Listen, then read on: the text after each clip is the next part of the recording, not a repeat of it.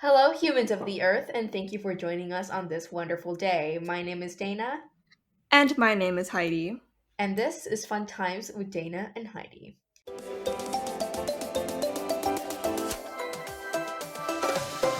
We hope you guys had a good Valentine's Day, no matter how you spent it. Hopefully, you spent it safely and not being a bad noodle, a Yes. maskless noodle. Please, we hope that you were safe, and we hope that you had a fun time. Yeah. No pun Today intended. is currently Valentine's for us, so Unintended. Yeah. Today, right now, during the time of recording is Valentine's Day, which proves that we have nothing slash no one to do anything better with. But you know what? There's nothing better than sharing positive news stories with our listeners. So yes, yes. that is what we are doing on Valentine's Day, and we hope that you guys had a fun time. So now let's move on to our favorite tweet of the week. So I found this tweet on Pinterest, which is a very interesting like crossover, kind of like not the Avengers, because Avengers Endgame is like when all of them come in, but it was an interesting crossover, kind of like those Disney Channel crossovers where it was like remember the one with like Hannah Montana and Sweet Life on Deck? That was Yes, that was epic. life That was changing, epic. transformative. And there was one with Wizards of Waverly Place, but I forgot. Yeah, I remember there's one between like iCarly and something else. And I totally Victorious, and forgot. And Victorious, Victoria between like iCarly and something else. and I totally Victorious, and forgot. And Victorious. Victorious.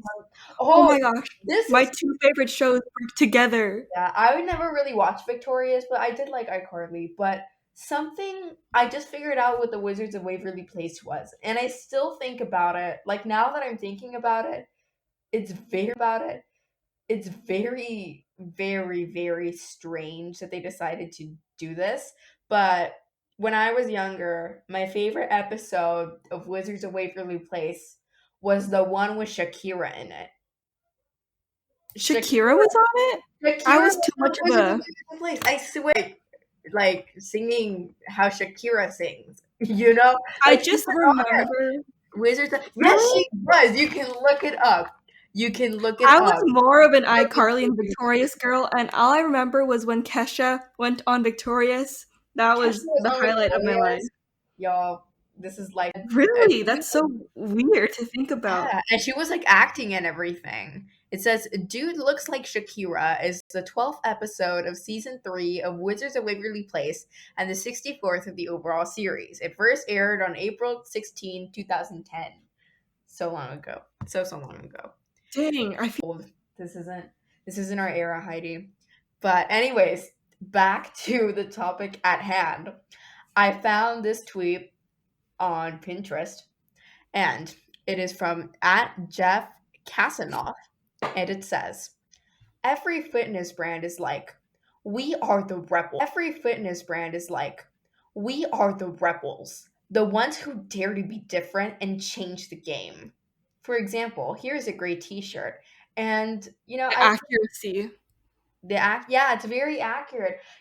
A lot of exercise clothing, like for what it is, you would expect exercise clothing, like for what it is, you would expect it to be like very like grandiose, like oh, I'm running and I'm so cool, so my t-shirt is red or And something. the music just adds to it. Like I feel like like on the National Geographic where there's like an animal Yeah, channel, and they play like that incredibly music. intense music. Yeah. Yes. Music is great for exercise, but like you would expect clothing, like exercise clothing, to be very vibrant, and it's not. Like most of it is just gray t-shirts. Like for what they're selling you, for you to be like this innovative game changer, hustle 24/7, 365 kind of person, it's a gray t-shirt.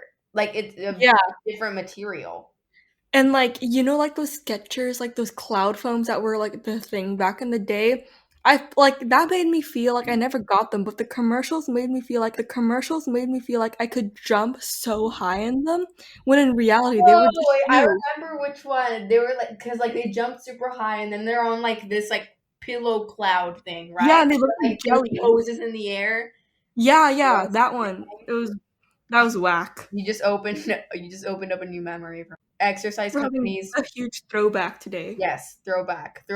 Well, today's Sunday, throwback Sunday, and yes, some food for thought. Questionable fitness brand companies should require further investigation. We'll see. And now Heidi is going to tell us of another inspiring, which she loves, and it's her signature news story, and we love to see it. So Heidi, you can go whenever you're ready. All right, thank you, Dana. So today we have a news story about a Florida crossing guard who was hailed a hero after saving a 7-year-old from getting struck by a car. So crossing guard supervisor year old from getting struck by a car. So, crossing guard supervisor Kathleen Quinn was patrolling an intersection when a car was sweeping through the area super fast and was ignoring her commands to stop. Keep in mind that this is like a school section too, so there was a school bus and there's kids everywhere, Hmm. and these kids are like, what's your like frozen backpacks or like Yeah, yeah, Avengers, you know? like trolls, Yeah, probably like that from too. Disney. Yeah. Yeah. So obviously, there's lots of kids there, so you need to have a good crossing guard. So there's the 7-year-old named Madeline who was walking her bike across 7-year-old named Madeline who was walking her bike across the street when like she was in the right. It was her turn to go and the crossing sign was up and Kathleen Quinn was having her stop sign up. So Madeline was like, "Oh my gosh, yes, it's safe to walk." But there was a car that did not stop, like wouldn't stop. This person Going wasn't. down. It was just going. That's not Yeah. good. So what Kathleen did was without hesitation, she put her arm out towards the car to tell them like, "Hey, stop." And when she found out that they weren't going to stop, she put out her other arm for as a barrier to stop Madeline from getting hit. Kathleen was literally like the expecto patronium from like Patrono from Harry. Expecto Patronus. Yes, Yeah, expecto you got it. patronus, that's what Yeah, it is. there we go. Yeah. I thought that was really cool because there's also a video about it, and it seemed so fast. Like I had to replay the video, and it seemed so fast. Like I had to replay the video multiple times to like even fathom what was happening because it just happened in like a within a matter of a few seconds. So I thought that was crazy. And afterwards, Madeline's mother, Mia, she was there when it happened. She was across the street waiting for her daughter. There when it happened. She was across the street waiting for her daughter to cross. And she was saying how, as a mother, I was really thankful for her, Carlson said, because first of all, it wasn't even her child. Like Kathleen, like this is just her job, you know? Like not her kid. And she Hmm. was saying how you can't rewind something like that because you can't unwind it. Yeah. And she was saying how in an interview, she was saying how drivers need to be careful because you need to treat a car like a weapon and be cognizant of what's happening around you. And Hmm. Kathleen said that she is so grateful that no one got hurt and that she basically prevented what could have been a fatal accident. So I think that, this shows the importance of safe driving. People who are learning to drive or are driving, be safe on the road. Pay attention to the things Yes, that are going on around you. Don't speed, because speeding is bad. Stop. yes, Obey the speeding is bad. Stop. yes, Obey the road signs. Stop when yes. it And says. drivers, Yep. please be careful and do not speed like Dana said. Better safe and late than safe and dead. Exactly. And so, yes, it's important to follow the rules of the road as the. Yep, they're up there for a reason. Yep, they're there for a reason. So, now moving on to I'm like unreasonably excited to tell this news story, but you know, we love to see it. So, a pillow company started by an activist teenager and a software engineer is now rivaling my pillow. And this all happened within a matter of like a week, which is crazy to think about. So, one of the Yes, founders is and Dana. sorry to interject, Dana. You want to probably clarify that MyPillow is another company, not saying that that's actually your pillow. Get me? Oh, yeah. My Pillow, the company. My Pillow, the ones who play the commercial with the man who is involved in some shady business, and the one, like the commercials that play at 3 a.m. It's like, oh, and purchase My Pillow. If you use this coupon, you'll get a coupon for the pillow. I don't know. But you know, like the guy with the mustache, strange man. So, one of the founders of this new pillow company, David Hogg, is a March for Our Lives founder and board member that wanted to sell a product for a good cause. And William Legay, who was the second founder of this company, is a software engineer who taught himself to code at 12 years old. Company is a software engineer who taught himself to code at 12 years old and started his Jeez. first company at 13 and is now a Wow. for Our Lives advocate too. So, you know, apart from making me feel bad about myself, he's a great and very talented man. So, good for them, you know, great for them. He And, does it all. you know, great for them. He And does it all. he does it all. He's a man. What is it? Jack of all trades. There we go. So together they are starting Good Pillow, a pillow company that pledges to support charitable organizations working to improve the lives of everyday Americans and people across the world, as well as practice for employees. So that pretty much sounds like a great company right off the bat, regardless of whatever they're selling. And they're selling pillows. Mhm. You know, that's cute. We all use pillows. Super useful. Yeah.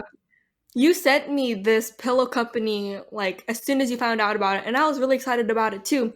And when I looked on their website, like, it's not, like, a line on the website, and it was saying how it's going to be made in the United States, like, fully produced in the United States, and I thought that was really neat, because here we have at least a minimum wage. A lot of the times, our, like, clothing and fabrics and textiles are being made overseas, and we don't even know the conditions they're in. So Yeah, that's what I really like. between not between the conditions in which workers are being treated. Until with my not with my pillow, with good Not with my pillow, pillow. with Good Pillow, which is the name of this company, you know, you'll know that all this is coming, that it's worth the money. You know what I mean? That it's for a good cause. And so it's for a good cause. And so they also made this company for a very petty reason, which I admire, and is to rival MyPillow, the pillow company that we all know too well from its rather dark political turn. I guess I could say without getting into specifics. And so, I guess I could say without getting into specifics. And so, in the words of the Good Pillow website, which I'm quoting from, we like pillows who don't overthrow the US government. So, yeah, Wow. that pretty much, you know, that pretty much sums it up. And I'm so excited to see what they are going to do next.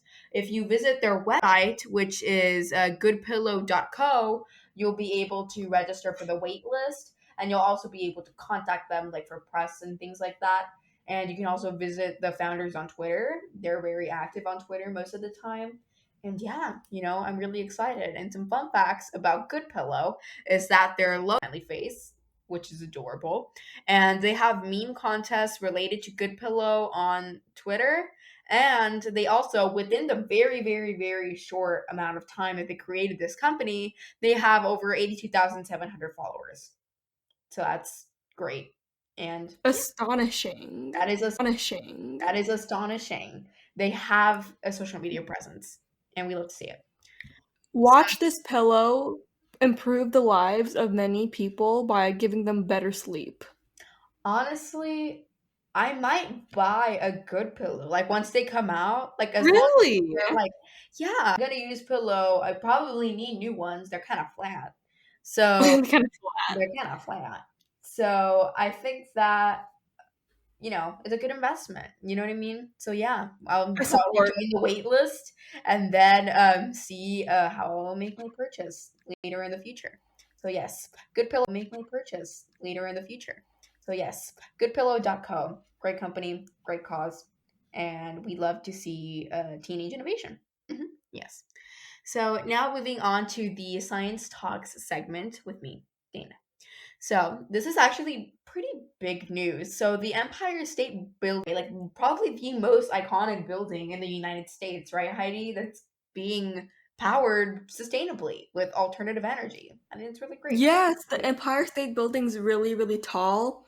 I've seen it before, like, to give you some sort of inch of perspective.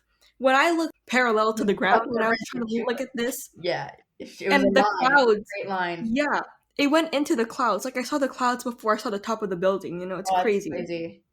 Yes, so that super tall, super gigantic building is now 100% powered by wind. So the Empire State Realty Trust Incorporated, which owns the Empire State Building, which is 102 stories, along with 13 other office buildings, signed a 3-year contract with Green Mountain Energy to power its entire real estate portfolio throughout New York and Connecticut with renewable wind electricity. And according to the Environmental Protection Agency, it made the company the nation's largest 100% user of green power in real estate. So that's a pretty big move. And, I'm really happy that, this company is deciding to do this for the Empire and for all these other included buildings as well. And what's really significant about this is that just by switching to alternative energy, this is estimated to avoid the production of 450 million pounds of carbon dioxide, with equivalent to the Wow. savings if every New York State household turned off all of their lights for a month, or the addition of 2 Central Parks to New York City. So I've never been to That's New York City, crazy. but I think the Central Park is pretty big. Two more of The them, scale. pretty big. Yeah, that's a huge scale. So thank you, Empire State Building and Empire State Realty Trust for going green and making a sustainable, move. Yes, be a model building.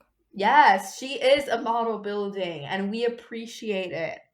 Thank you, Miss Empire State Building. Thank you. Yes, yes, yes. So, of technology that she likes to use. Exactly. Yes, thank you, Jana. So today I will be talking and reviewing the iPad Pro. Just right off the bat, this is a great investment, and I'm very grateful that I was able to purchase it because I know not everyone can, but I'm so grateful that I'm able to have it. It's worth it because I know not everyone can, but I'm so grateful that I'm able to have it. It's worth it for anyone who is able to get it because previously I had an iPad Air first generation that came out in 2013 and we are now 2021.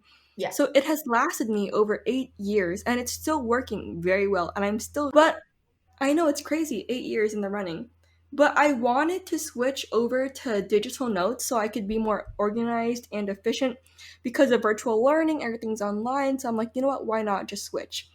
But before I could figure anything out, any type of pen or Bluetooth pen compatible with my iPad because iPad, not iPad, since Apple probably considers my iPad ancient because it's almost 8 years old.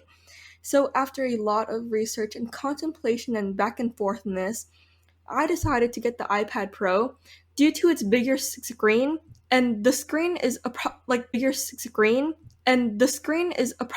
the almost the exact same size as my laptop screen. That's 13 inches, and it's crazy because it's amazing. And it resembles closely with the size of a paper, which is why I decided to size up instead of get the normal, like, what is it, like 10-inch iPad.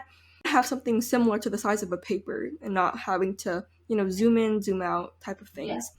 So I've been using it for almost a week now and I love it. I use GoodNotes, but I know there are a lot of apps that like support different types of activities such as like Procreate if you do design, things real at your fingertips. And all of your documents are in one place, backed up to your preferred method of storage. And I use iCloud, but it also backs up to Google Drive and Dropbox. And it's really neat because the iPad Pro, it's very fast, and I think the iPad Pro, it's very fast, and I think I like it better than my computer. I don't know. It's really, really nice. And something about that, I'm not like very into art, but I also like to have aesthetically pleasing items because it Mm-hmm. just makes me feel more organized. I don't know about you. Do you color code? It Mm-hmm. just makes me feel more organized. I don't know about you. Do you color code, Dana? Do I color code my notes, do you mean? Like with different Yeah, pens? I used to. It was a thing that I used to do a lot in middle school, and I do admit it was very therapeutic and like it made note taking kind of fun for me. Bunch of pens, but they're kind of running out of ink. I should probably do it more exactly. often though, because it makes it look very vibrant. Mm-hmm. Yeah. And but with the iPad or any type of digital note, I'm not sure if an Android supports it, but basically if you look up the color palette on Google and like slide you look up the color palette on Google and you like slide over your cursor to whatever shade you want, it gives you the hex number. And on GoodNotes, you can plug in the numbers and you can get the exact same shade that you got on your computer. I thought that was pretty neat because Dana, you probably, I don't want to make any assumptions, but hard pens, it's very time consuming, right? With having to switch back and forth quickly. Wait, like, what do you mean? Like with physical pens? Yeah. Well, switching back and forth, not really. I usually just kind of like dump them all out, and I'm like, oh, this color works, and then I just Oh, keep. you dump it all out. I Yeah. see, I see. Well, maybe I'm just like high maintenance. I'm not sure what you'd call me. But with my iPad, it's a lot easier because it's just a click away Hmm. and it saves my like work as like an image and as a PDF or whatever it is, and it's really easy for me to submit all my work to my teachers. In no way shape or form am I saying that I can make no way shape or form am I saying that I can make a huge like textbook out of my notes, but I really do like it because the Apple Pen is pressure sensitized, I guess you could say. I'm not sure the word for that, but it like mimics a real pen or pencil, and I thought that was really cool. And it can work as a laptop and it has a great camera.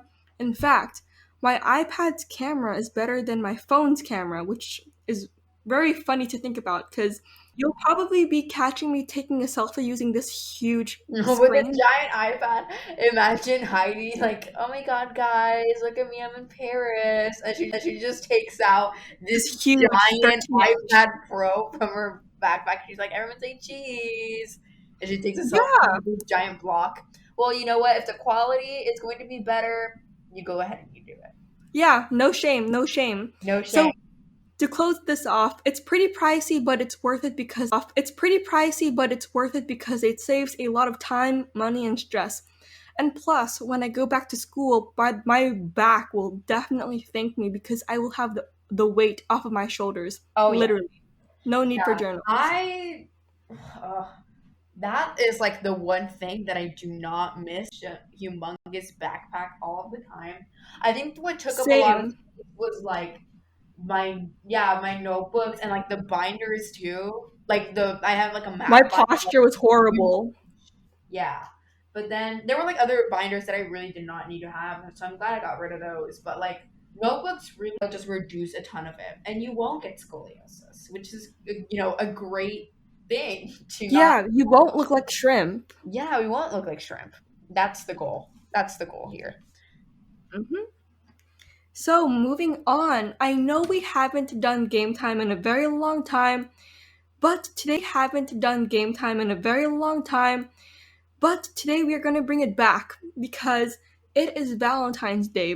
And for you guys, because this will be released 4 days after Valentine's, it would have been Valentine's Day. So we're still not sort of festive mode. So we're still going to be doing this game anyways. Fact or fiction, where someone gives a statement and you need to guess if it is true or false.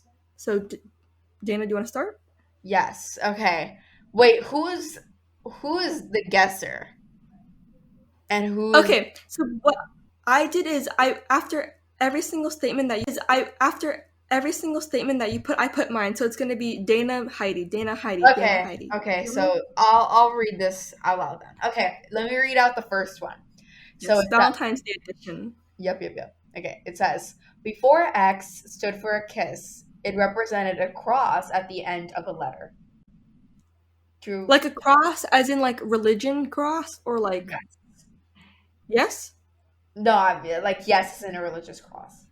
Oh, okay. Oh. Oh, Yes? Yes. I'm yes, gonna guess yes, yes. yes. It's true. Fact. Yes. Yes. Ooh. Great. Ooh. Oh, that's crazy. I've always wondered why people sign hugs and kisses with XO. Wait, but why XOXO. would you? Then what's the O? A halo? Hugs, maybe? Hugs, like No, two arms connecting, maybe? no, but like yes, I know it means hugs, but like then if that was the O. Oh, maybe we can research Oh. that later. Good to know. We can give you an update. Yes, we'll give you an update on that. Yes, so Dana, fact or fiction? Valentine's Day was named after a saint named Saint Valentine. I think this is true because I remember learning about. I think this is true because I remember learning about like the history of Valentine's Day. I don't remember when, but it stayed with me like sometime in elementary. So I'm gonna say true. Yes, it is true. You have won. Yes, Not won. You got I that win right. everything. I win the game. Game over. No, I'm joking. Okay, but it could be interesting because I found it in my research or because I completely made it up and it's funny to me. You never know. So, well, you'll know shortly. Okay, so in the Victorian era, mean-spirited Valentine's Day cards were called vicious. Mean-spirited Valentine's Day cards were called vicious Valentines. Fiction. I don't think this is true. What is fiction, but the act, it was called Vinegar Valentines. I just Oh, changed that's the name. weird. But they actually did this. They were called Vinegar? Vinegar Valentines, and I don't. But they actually did this. They were called Vinegar? Vinegar Valentines, and I don't know what it was for. Like, was it for like some sort of like ex revenge plot? Or like, oh, I'm gonna send him this super mean Valentine's Day card. That'll show him, you know? Probably because vinegar smells. But like, I don't know, or if it was like some sort of like sarcastic teenager thing that only the cool teenagers in the Victorian era did. I don't know. But I think it's funny. So yes, Vinegar Valentines from the Victorian era. That's funny. All right. Next statement. The first Valentine was sent in the 12th century. Keep in mind that centuries are a little weird, and this is technically the 1100s. Yes. The 1100s. Thank you. Okay. The 1100s? No. Fiction. I think it was like the 1400s. I don't know. It was the 15th century. Got it right. Haha. Mhm. And fun fact, this is like a little like a continuation. So, the oldest record of a Valentine being sent, according to history.com, was a poem written by a French medieval duke named Charles to his wife in 1415. So, Charles penned this sweet note 21 years old, and one of the lines of the poem reads, I am already sick of love, my very gentle Valentine. I thought that was pretty funny. Yes, I felt that. Thank you, sir, for providing us with that beautiful piece of poetry. Yes, he was the one who started relatable comedy, or not relatable comedy. Yes, he was the one who started relatable comedy, or not relatable comedy, relatable tragedy, but still relatable. So this is the next one. There are over 200,000 proposals every year on Valentine's Day alone. True or false? Day alone. True or false? 200,000. Okay. Okay, the world is very large and there's a lot of like billions of people. Yeah. So, 200,000? Fact, right? Fact. Or no? Yes, it's Fact? true. There are Yes! 100,000 proposals every single year on Valentine's Day alone. So, That's crazy. We're on a roll, Dana. We're on a we're on roll. a Haven't gotten roll. one wrong. And, this kind of shows us that, people should be a little more original when it comes to picking their proposal dates. Valentine's Day, been there, done that. Comes to picking their proposal dates. Valentine's Day, been there, done that. What about proposing on on St. Patrick's You'll Day? be sharing, I Right. know, you'll be sharing your proposal date with 200,000 other more people. Uh-huh. Let's be a little spicy. Let's add some flavor to the mix. Let's be a little bit more original. So the next statement is Americans send 145 million Valentine's Day cards each year. I'm going to say fact using the logic that oh, 145 million. Just in America. Just in Just in America. America? Just in Just in America. America? I don't think Yeah, there even just in that America. many people in America. I have no. No googling, no googling. Just Okay, no, just no, use the I'm gut, not use Googling. intuition. I'm looking at my ceiling fan and thinking. I'm pondering, Heidi. Let me see. Let me think. Okay, well, I think that there's a lot of more people than that. So I'm going to say fact. Yes, it Yay! is true. I got it I right. was trying to throw you off, but it just didn't work. Yeah.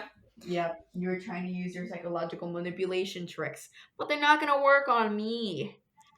You know, I think a lot with school children because I remember the Friday before Valentine's, we would make our own little box or bag, and we would distribute our Valentines to the class. Yes, I That was remember fun. that so vividly. I don't remember what I used as my deposit thing. I used to have like a bucket. It was like a heart A bucket. bucket. Yeah, Aw, like a little. Yeah, it was like a bucket, and then it was like it had like a bunch of hearts on it, and it was like a little heart shaped slot that you would like put the things in, and it was how my little cute. Valentine's Day bucket when I was like in pre-K. I loved my bucket and I. But yes, I have very vivid memories of elementary. I have very vivid memories of elementary, not middle school, elementary Valentine's Day exchanging. In middle school, the whole thing got very weird. Valentine's Day was just not it anymore. It was Yeah, it went from it was this PG to moment. PG-13. Yeah, I went from it got pretty PG-13. Yeah, I went from it got pretty PG-13. Not for me. The hype died down. I no longer vibed with it as much. Now it's fine, I guess. You know, the food is good. Okay. So the next question is, or the next statement is, YouTube. Fiction. Nope. It's a Darn it. fact. YouTube Really? premiered on Valentine's Day. Yup. In That's such a weird 2005. day. 2005. That's a That's a long time ago. 2005. I was like 1 year old in 2005. So I basically Saying we were one yeah, year we olds. basically grew up with basically Saying we were one yeah, year we olds. basically grew up with YouTube. Thank you, YouTube. Okay. So Heidi, you can go ahead and say the next statement. That's so weird. Why would YouTube choose Valentine's Day? Anyways, Right. moving on. Maybe it's The subscription. val Yeah, the Valentine's Day gift that people send the most on is flowers. I say fact only because I was on Twitter and everyone was like, "Oh my god, my boyfriend sent me these flowers," and it's like a big, gigantic thing of flowers, and I'm like, "Those flowers are gonna die. You would have a better time eating food." But it's cool. It's cool. It's cool. So yes, I'd say fact. I'd say fact. Is it You true? know, I thought this was a fact too, but it's actually fiction. It's crazy. Let me explain. It's crazy. No, it's false. It's the Valentine's Day gift that people spend on the most is not flowers. So candy and flowers. So candy and flowers might be some of the most common gifts for Valentine's Day, but according to the National Retail Federation, the category that we typically spend the most on for February 14th is jewelry at a whopping Whoa. 5.8 billion Well, in yeah, from all 2020. those proposals, those two spending a lot of money on the bling bling for their spouses. Yeah, So, yeah, okay, that makes sense. I'm not yeah. mad. Okay, okay, the next one, second to last. The love goddess Aphrodite. I think you'll know this. You know if this is true or grade Percy Jackson. I never did Greek mythology. You never learned Greek mythology, not even in I'm like in luck. grade. I did, but then I forgot it all, so I still Okay. consider myself not I learning it. had like my mini. I know that some people got very into it. I was like somewhat into Greek mythology. It wasn't like my.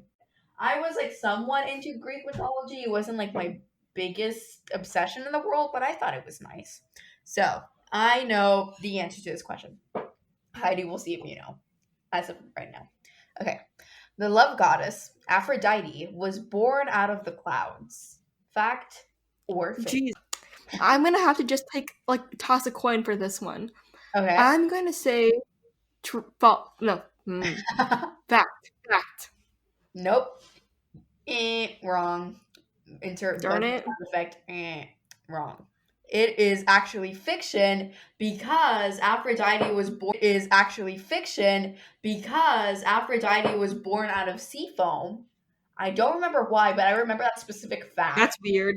Yeah, it's a little weird, but then and then I don't remember. There's like a whole story to it, but I do remember that she was born out of sea foam, and everyone was like obsessed with her because she was so beautiful. Yay, Aphrodite! And he can go ahead with the last statement. That little bit of sass at the end. I don't like her. Okay. I don't. She's not So my. this is she's not your cup of tea, and that's okay. That's okay. Mm. The last statement is conversation hearts were originally medical lozenges.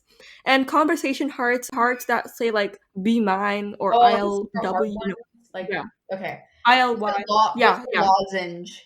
I have no A clue. lozenge, yeah, that's a cough drop. So a lozenge is a fancy way to say cough Oh, drop. a cough drop. That would be. Mhm. That's Yep. not a good cough drop. It would be like super powdery. No. But then people were weird back then. Or like they didn't have that good of a medicine. But like it's just No sugar. comment. No comment. It's just sugar. Like I don't know how that would necessarily help with a cough. I mean, I don't know the ingredients of, like the candy hearts, but I don't think it would make for an effective cough drop. So I'm going to say fiction. And that was such a bad like wrong buzzer button. Yeah, I thought Okay. you were like shrugging like but you know what? Oh no no no no. It's right. How do you do that sound effect? Eh. There we go. Yeah. Yeah, yeah. So this is actually a fact because weirdly enough, the story of conversation hearts first began when a Boston pharmacist named Oliver Chase invented a machine that simplified the way medical lozenges used for sore throats and other illnesses could be made. The result for sore throats and other illnesses could be made. The result was America's first candy making machine because the pharmacist soon started shifting his focus from making lozenges to candy instead. Oh, okay. That makes sense. I stand corrected. Thank you, Heidi. That makes sense. I stand corrected. Thank you, Heidi.